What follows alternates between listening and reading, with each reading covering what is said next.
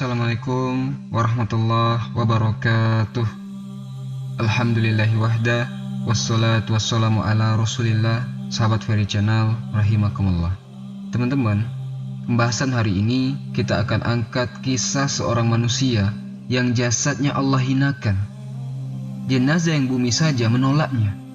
Setiap kali mau dikuburkan, jasadnya melambung terlempar ke atas. Sampai sekarang, jasadnya masih ada di sebuah museum menjadi contoh bagi manusia lainnya. Siapakah dia? Sosok yang akan kita bahas adalah Mustafa Kemal Atatürk. Atatürk yang berarti Bapak Bangsa Turki. Dia dikenang sebagai pahlawan akan jasanya mendirikan Republik Turki. Nama aslinya adalah Gazi Mustafa Kemal Pasha.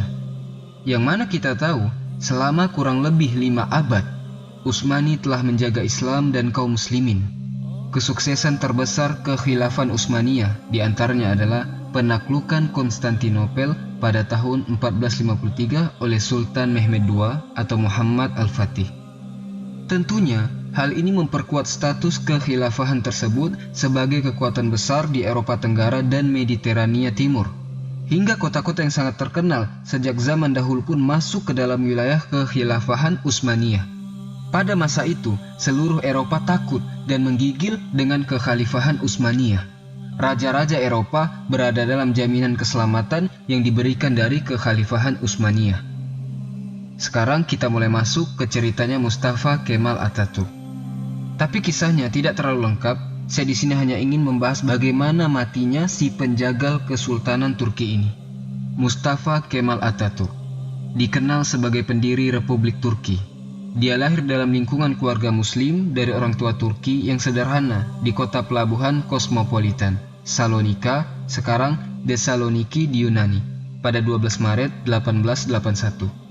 Ayahnya, Ali Riza, adalah seorang pegawai biasa di kantor bea cukai, sedangkan ibunya bernama Zubaide, seorang wanita yang amat taat dalam menjalankan agama.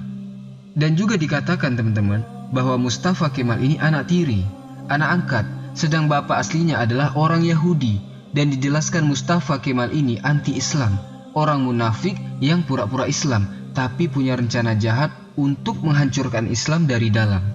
Pada umur 12 tahun, ia masuk di sekolah angkatan Salonika, dan kemudian pada tahun 1885 dia melanjutkan sekolah Akademi Militer Monasitar.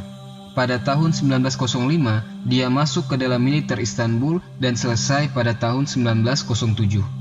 Kemudian dia ditugaskan di Batalion 3 Salonika. Nah, ceritanya dari sini. Kemudian pecah Perang Dunia I, dia saat itu dipilih sebagai Panglima Pasukan ke-19 karena berhasil menaklukkan pasukan tentara Inggris 2 kali. Dia diangkat menjadi kapten dan naik lagi jadi jenderal tahun 1916. Pada tahun 3 Mei 1920, ia menasbihkan dirinya sebagai Perdana Menteri. Singkat cerita teman-teman, pada 3 Maret 1924, Badan Legislatif mengangkat Mustafa Kemal sebagai Presiden Turki dan membubarkan Khilafah Islamiyah. Mustafa Kemal Atatürk bertindak radikal untuk menghancurkan era peradaban Islam. Mustafa sebagai Presiden Republik Turki yang sekuler, bertindak diktator dalam menjalankan pemerintahan. Ia menetapkan ideologi negara menganut paham sekularisme. Atas dasar ideologi ini, dia mengumumkan akan mengambil langkah-langkah kebijaksanaan untuk mencapai cita-citanya demi kepentingan negara Turki seluler. Mustafa Kemal dan partainya yang bernama CUP berhasil menggeser dan menggusur kekhilafahan dari sendi-sendi kehidupan bangsa Turki. Baik, ketika Mustafa Kemal berkuasa di Turki, dia menjadi diktator pertama dalam dunia Islam. Dia memerintah dengan tangan besi. Dia merubah wajah Turki yang sebelumnya representasi pemerintahan Islam menjadi wajah pemerintahan ala Barat. Hal ini adalah sebuah prestasi yang sangat luar biasa bagi Barat, karena hambatan terbesar bangsa Eropa adalah khilafah Turki Utsmani. Setelah khilafah runtuh, maka Barat dengan leluasa melancarkan semua agendanya dan memastikan bahwa Islam tidak akan bangkit lagi sebagai sebuah negara. Rasulullah SAW bersabda, "La tunqadunna urul Islam urwatan urwatan, fakullaman taqadat urwatan tashabba'san nasu billati taliha, wa awalahunna naqdun al-hukmu wa akhiruhunna as-shalah. Simpul Islam akan terlepas satu persatu. Setiap kali simpul yang menjadi tempat bergantungnya manusia terlepas, akan diikuti dengan terlepasnya simpul-simpul lainnya. Dan simpul pertama yang lepas adalah pemerintahan, hukum, dan yang terakhir, sholat. Hadis riwayat Ahmad. Habis semua umat Islam dalam genggaman tangan Mustafa Kemal Atatürk. Tangannya berlumuran darah umat Islam yang menghendaki agar Khilafah Utsmani menghiasi bumi Istanbul. Mustafa tidak segan-segan menghabisi pihak-pihak yang menentang kekuasaannya. Mustafa Kemal juga menghapus segala bentuk hukuman syariah. Dia menghapus hukum potong tangan bagi pencuri, menghapus hukum rajam bagi pezina, menghapus hukum qisas bagi pembunuh, lalu digantinya dengan hukuman sipil, pidana, dan komersial ala Swiss, Italia, dan Jerman. Sekolah-sekolah keagamaan semua dirombak dengan kurikulum sekuler. Tak hanya itu, Mustafa Kemal juga menghapus hukum waris, menyamaratakan ahli waris laki-laki dan juga ahli waris perempuan, menghapus hukum hijab bagi muslimah.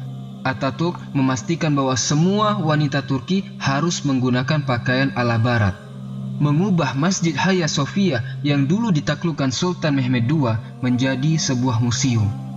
Kalimat azan diganti menjadi bahasa Turki, menggalakkan minum-minuman khamar di tempat umum, dan tempat-tempat majelis-majelis ilmu diganti sama Mustafa Kemal dengan tempat-tempat lokalisasi pelacuran dan diskotik. Bayangkan. Maka seketika itu teman-teman, Turki terlihat serupa dengan bangsa Eropa lainnya. Tak hanya mengubah sistem pemerintahan Turki yang Islami menjadi sekuler, Mustafa Kemal juga memiliki sifat sombong sebagaimana Fir'aun. Dia pernah berpidato di hadapan tentara ex-tentara khilafah. Dalam pidatonya itu, Mustafa Kemal membanggakan dirinya dengan teriak dan berkata, "Kini, sekarang siapa yang berkuasa? Aku atau Tuhan?" kata dia. Tentaranya ini mau bilang Tuhan tapi takut dipenggal. Dengan perasaan takut, para tentara mengucapkan, "Andalah paduka yang kami takutkan sekarang." Subhanallah. Mendengar jawaban dari para tentara itu, Mustafa Kemal Atatürk tersenyum. Dia bangga, dia merasa bahwa dirinya lebih berkuasa dari Tuhan. Pada tahun 1937 terjadi pemberontakan di Provinsi Dersim. Sebelumnya juga terjadi pemberontakan, cuma kali ini direspon Atatürk dengan cara yang lebih brutal. Di bawah perintah dan pengawasannya, warga sipil termasuk perempuan dan anak-anak semua dibunuh, dibantai, dihabisi meskipun mereka tidak melawan. Bahkan sebagian dari mereka dibunuh dengan cara dibakar hidup-hidup hingga dihujani oleh bom dari angkatan udara. Dari akhir konflik ini diperkirakan 11.000 sampai 14.000 orang kehilangan nyawa. Lihat bagaimana orang ini Allah akan binasakan. Semakin hari semakin kesombongan menghiasi dirinya, meremehkan orang lain, zolim, maka apa yang terjadi pada dirinya? Allah memberikannya azab pelan-pelan. Semua kejahatan dan kesombongannya itu berhenti ketika akhir periode Oktober tahun 1938, sang diktator ini akhirnya meninggal dunia. Dia berkuasa kurang lebih selama 15 tahun. Dia meninggal umur 58 tahun. Bukan waktu yang sedikit untuk memuaskan segala ambisinya. Bagaimana matinya Mustafa Kemal Atatürk ini? Saat itu, Mustafa Kemal awalnya menderita penyakit kulit. Namun, Mustafa Kemal juga menderita penyakit tambahan, yakni malaria, liver, dan penyakit kelamin. Dokter pribadi pun memberikannya salep dan mengoleskannya ke area yang luka karena garukan dari kukunya dia. Sebenarnya, dari tahun 1937, indikasi bahwa kesehatannya sudah mulai semakin memburuk. Pada awal 1938, ketika dia dalam perjalanan ke Yalova, dia menderita penyakit serius. Dia pergi ke Istanbul untuk perawatan, pengobatan, di mana dia diagnosis menderita sirosis hati. Sepanjang sebagian besar hidupnya, dia menjadi peminum berat. Selain mengkonsumsi setengah liter raki per hari, raki adalah minuman alkohol yang dimaniskan dan populer di Turki. Juga dia ini hobinya merokok. Beberapa kisah menyebutkan sebuah cairan berkumpul di perutnya secara kronis. Dia sering jatuh pingsan dan bangunnya lama. Dikatakan pernah pingsan sampai 2 hari. Ingatannya melemah dan darahnya mengalir dari hidungnya tanpa henti. Memang benar-benar Allah azab ia pelan-pelan. biar dia merasakan sakit yang luar biasa. Dia kejam, hukum Allah diubah olehnya, yang menentangnya dihabisi sama dia. Karena perutnya banyak cairan yang berkumpul secara kronis, dan untuk mengeluarkan cairan dalam tubuhnya, dokter pun menusuk jarum di perutnya, biar cairan itu keluar. Namun hasilnya, perutnya membusung dan kedua kakinya membengkak. Wajahnya pun menjadi pucat, semakin pucat dan terlihat seperti tengkorak. Mustafa Kemal yang sedang sakit menderita itu kesehariannya dilingkupi dengan rasa panas yang luar biasa. Bahkan gatal-gatal di tubuhnya semakin menjadi-jadi hingga dia merasa tak tahan sampai menjerit-jerit kesakitan. Sampai jeritannya ini terdengar di seluruh istana. Para pekerja istana sangat ketakutan. Ketika Mustafa Kemal menjerit kesakitan, badan yang panas hingga melebihi suhu tubuh normal, itu yang membuatnya tidak mau masuk ke istana. Dia meminta dibawa ke tengah-tengah laut untuk menurunkan suhu tubuhnya. Tapi suhu tubuhnya selalu naik dan semakin panas. Dan puncaknya pada pagi hari, tanggal 10 November tahun 1938, Mustafa Kemal dinyatakan mati oleh tim dokter.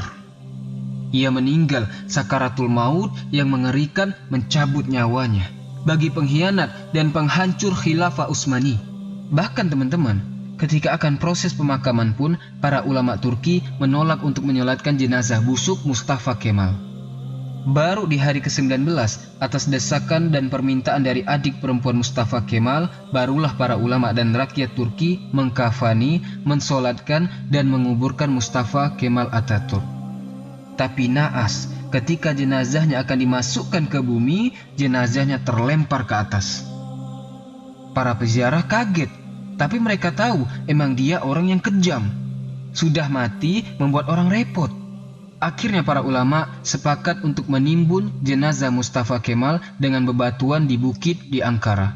Baru setelah 15 tahun matinya Mustafa Kemal, jenazahnya kembali untuk dikubur. Tapi lagi-lagi bumi menolak jenazah Mustafa Kemal Atatürk hingga akhirnya jenazah Mustafa Kemal dimasukkan ke dalam Museum Etnografi Ankara, Turki. Jenazahnya ditimbun dengan bebatuan marmer dengan bobotnya sampai 44 ton. Sebuah pelajaran luar biasa bagi kita teman-teman. Dalam sejarah, siapapun yang menentang hukum Allah dan memusuhi para utusannya, maka Allah akan menghinakan dia di dunia dan di akhirat. Wa anihkum banahum bima anzalallahu wa la tattabi ahwa'ahum wahzarhum ayyaftinuka am ba'di ma anzalallahu ilaik. Dan hendaklah engkau memutuskan perkara di antara mereka menurut apa yang diturunkan Allah, dan janganlah engkau mengikuti keinginan mereka, dan waspadalah terhadap mereka. Jangan sampai mereka memperdayakan engkau terhadap sebagian apa yang telah diturunkan Allah kepadamu. Aftu'minuna bi ba'dil kitabi wa takfuruna bi ba'di fama jazaa'u may yaf'alu zalika minkum illa khizyun. Apakah kamu beriman dari sebagian kitab Taurat dan ingkar terhadap sebagian yang lain? Tiadalah balasan bagi orang yang berbuat demikian daripadamu melainkan kenistaan kehidupan dunia. Sekulerisme adalah konsep yang memisahkan antara kehidupan dengan agama. Aturan agama tidak boleh ikut campur dalam urusan di tengah-tengah masyarakat. Paham ini bertentangan dengan Islam karena seorang muslim harus terikat dengan hukum Allah. Dimanapun kita berada dan sampai kapanpun, bahkan dalam kondisi apapun, paham sekuler akan mengambil hukum Allah secara pilih-pilih. Kalau sesuai dengan kehendak mereka, maka mereka ambil. Serta jika bertentangan dengan keinginan mereka, maka mereka tinggalkan. Allah Subhanahu wa taala berfirman, "Ya ayyuhallazina amanu udkhulu fis silmi kafah." Wahai orang-orang yang beriman, masuklah kamu ke dalam Islam secara keseluruhan. Maka inilah kisah singkat siapakah Mustafa Kemal Atatürk yang sekarang jenazahnya berada di Museum Etnografi Ankara. Ya, bagi sebagian orang, terkhusus para pemujanya dia, kaum sekuler, kisah ini akan dianggap hoax. Namun bagi kaum muslimin yang paham sejarah, peristiwa kematian Presiden Turki pertama ini sungguh menunjukkan bagaimana Allah Subhanahu wa taala telah menghinakan bagi penghancur daulah Islam Turki Utsmani Ottoman. Wallahu taala alam. Subhanakallahumma bihamdik asyhadu an la ilaha illa ant astaghfiruka wa atubu ilaik. Assalamualaikum warahmatullahi wabarakatuh.